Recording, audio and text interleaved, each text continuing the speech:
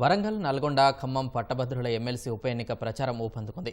ఎన్నికల ప్రచారంలో భాగంగా భరాసా ఎమ్మెల్సీ అభ్యర్థి ఏనుగుల Rakesh Reddy Hanamkonda arts and science కళాశాల మైదానంలో ప్రచారం నిర్వహించారు. ఉదయపు నడకకు వచ్చిన వారిని కలిసి ఓట్లు అభ్యర్థించారు. పట్టభద్రులంతా మోసగాళ్లను ఓడించి ప్రశ్నించే వారిని శాసనమండలికి పంపించాలని రాకేష్ రెడ్డి కోరారు. కాంగ్రెస్ పార్టీ ఎన్నికల్లో ఇచ్చిన హామీలు నెరవేరాలంటే తనను గెలిపించి పెద్దల సభకు పంపించాలని విజ్ఞప్తి చేశారు.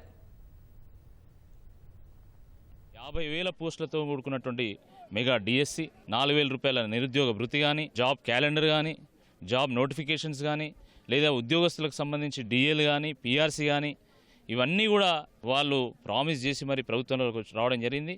మరి ఇతర పార్టీల నాయకులను మీరు చూడండి, ఏ రకంగా అంటే ఒక వితండవాదంతో, ఒక వికారంతో ఏ రకంగా బురద వెళ్ళేటువంటి ఒక ప్రయత్నం చేస్తున్నారో ఒకసారి ఆలోచించాల్సిందిగా కోరుతున్నాను.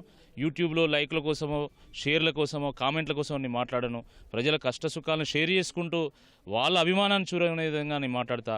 నా ప్రశ్న ప్రజల కోసం తప్ప నా ప్రశ్న పైసల కోసం కాదు. మా ఆరాటం అంతా కూడా ఒక ఆశయం కోసం, వాళ్ళ ఆరాటం అంతా కూడా ఆదాయం కోసం. కాబట్టి దయచేసి ఈ యొక్క వ్యత్యాసాన్ని గమనించి తప్పకుండా రాబోయేటువంటి రోజుల్లో మండలిలో పోరాటం చేయడానికి, మీ పక్షాన గలమెత్తడానికి ఒక్క అవకాశం ఇవ్వాల్సిందిగా ఈ సందర్భంగా కోరుతున్నాం.